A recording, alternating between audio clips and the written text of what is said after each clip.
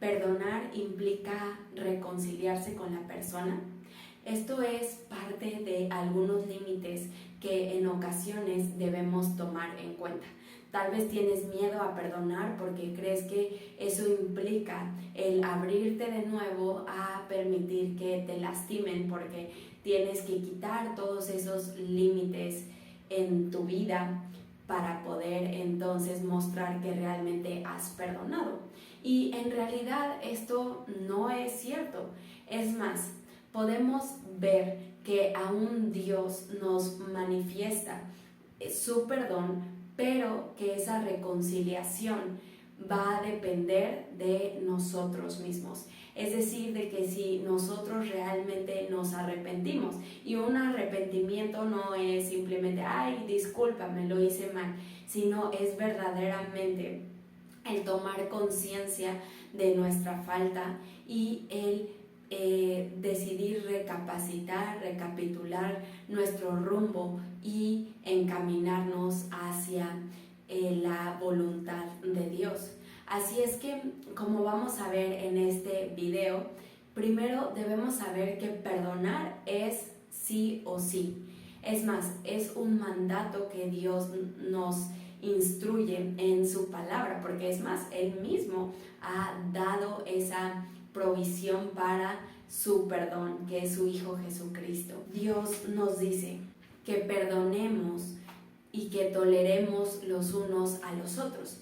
Pero ¿hasta qué punto debo reconsiderar lo segundo que estamos mencionando? ¿En qué momentos puedo haber perdonado, pero puedo no reconciliar, no decidir retomar esa relación? Jesús en Pasos nos dice cómo debemos actuar cuando alguien ha cometido una falta en contra de nosotros, sobre todo personas creyentes que tenemos la misma fe. Y bueno, aquí yo creo que también sería importante mencionar que hay ciertas cosas que debemos pasar por alto, que debemos tolerar, porque al final son situaciones que pues realmente no son relevantes, ¿no? Si alguien tal vez ese día no te saludó, si alguien tal vez no te trata como a ti te gustaría, que son faltas que pues debemos simplemente, dice, que cubrirlas. Pero hay otro tipo de acciones, es más, que van en contra de lo que manifiesta el carácter de Cristo, que incluso la misma palabra nos enseña que debemos guardar ese tipo de comportamientos, de actitudes, que ahí sí sería importante confrontarlas. Y mira, ahora sí lo que Jesús instruye. Si tu hermano hace algo malo, o en otras versiones, peca contra ti, ve y habla a solas con él. Explícale cuál fue el mal que hizo. Si te hace caso, has recuperado a tu hermano. Así es que no se trata de ir y solapar, sino de verdaderamente sentarte, poder explicarle, como aquí dice, en amor, con verdad. Y pues bueno, la intención, y me encanta cómo está todo conectado, porque la intención siempre debe de ser su restauración, es decir, que regrese al camino. Todas las advertencias que Dios nos hace en nuestra vida, en modo para disciplinarnos, para volvernos al camino, tienen la intención de restaurarnos. Así es que pues debe de ser nuestra misma intención, más allá de para un beneficio propio. Segundo, dice, pero si no te hace caso, ve otra vez a hablar con él, acompañado de una o dos personas más, para que ellos sean un testigo de todo lo que se diga.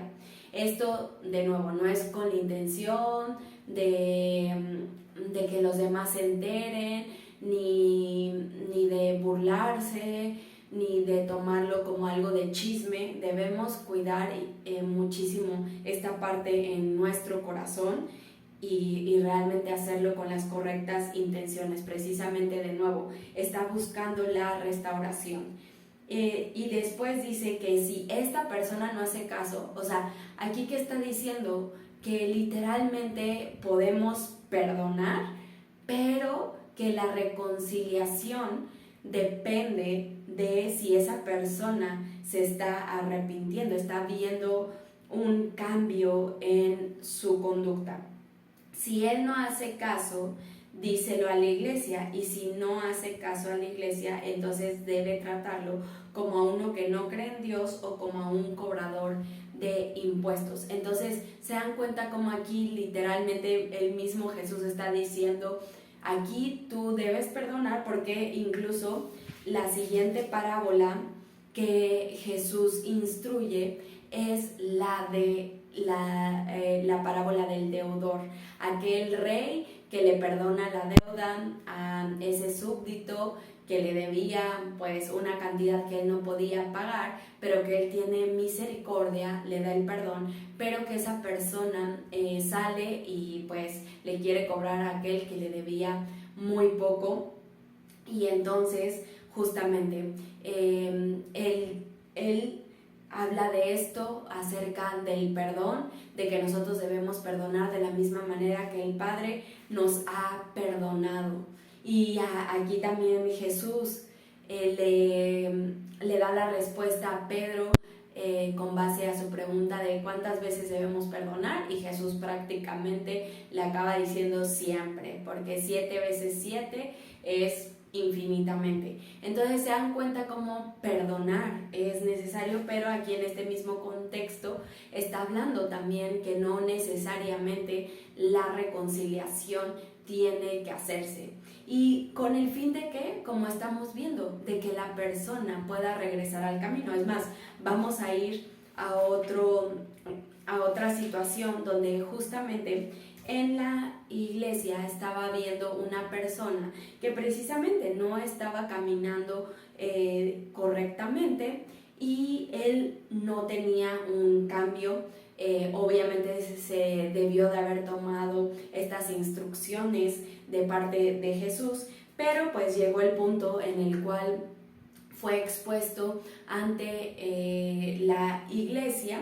Y miren lo que Pablo les acaba diciendo de cómo deben de actuar frente a esta persona. En ese momento, entreguen a Satanás al que cometió el pecado. Su deseo pecaminoso será destruido, pero su espíritu será salvo en el día que el Señor venga. Entonces esto no era en modo venganza, esto no era en modo que se sintiera condenado, sino precisamente para que tal vez él sufriera las consecuencias en su cuerpo, ¿no? En su vida terrenal, pero que eso lo hiciera recapacitar, ahora sí que como el hijo pródigo, que al enfrentarse a esas consecuencias de haberse ido lejos de casa, entonces cayó en sí, y eso fue lo que lo hizo recapacitar y volver de nuevo a casa, volver de nuevo a Dios. Entonces al final nosotros también debemos de tener esa intención, no solapar el pecado al continuar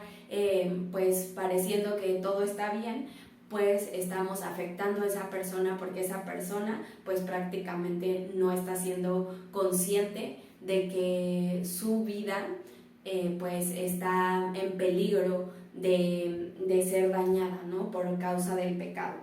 Y bueno, después más adelante, justamente después de que está hablando de esto, dice: en la carta pasada les dije que no tuvieran nada que ver con la gente que practica inmoralidad sexual, pero eso no significa que deban separarse por completo de la gente de este mundo que comete inmoralidades sexuales, ni de los avaros, ni de los estafadores, ni de los que adoran ídolos. Para lograrlo tendrán que dejar este mundo ustedes mismos.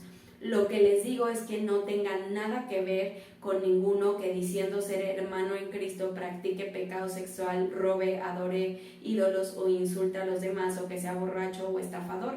Ni siquiera se junten a comer con ese tipo de gente. ¿Acaso me corresponde a mí juzgar a los que están afuera de la iglesia? ¿No son ustedes los que tienen el deber de juzgar a los que pertenecen a la iglesia? Dios juzgará a los que están fuera de la iglesia, así que echen de su grupo al perverso. Entonces aquí también nos está instruyendo, ¿no? O sea, la diferencia entre cómo debemos de actuar con las personas pues que ya son creyentes y alguien que pues todavía no conoce a Cristo, porque pues al final somos esa luz, esa sal.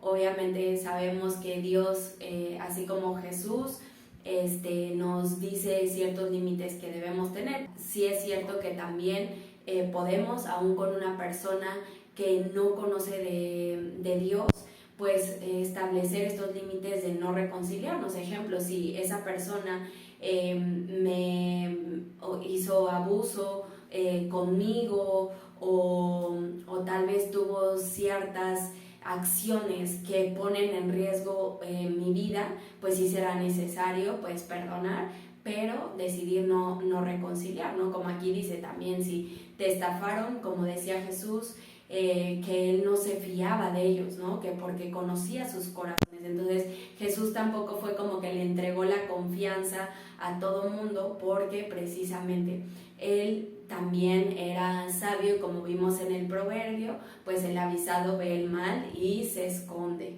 Entonces hay que ser prudentes en eso, y también es importante que aunque decidíamos no reconciliar la relación, siempre mantengamos esa puerta abierta.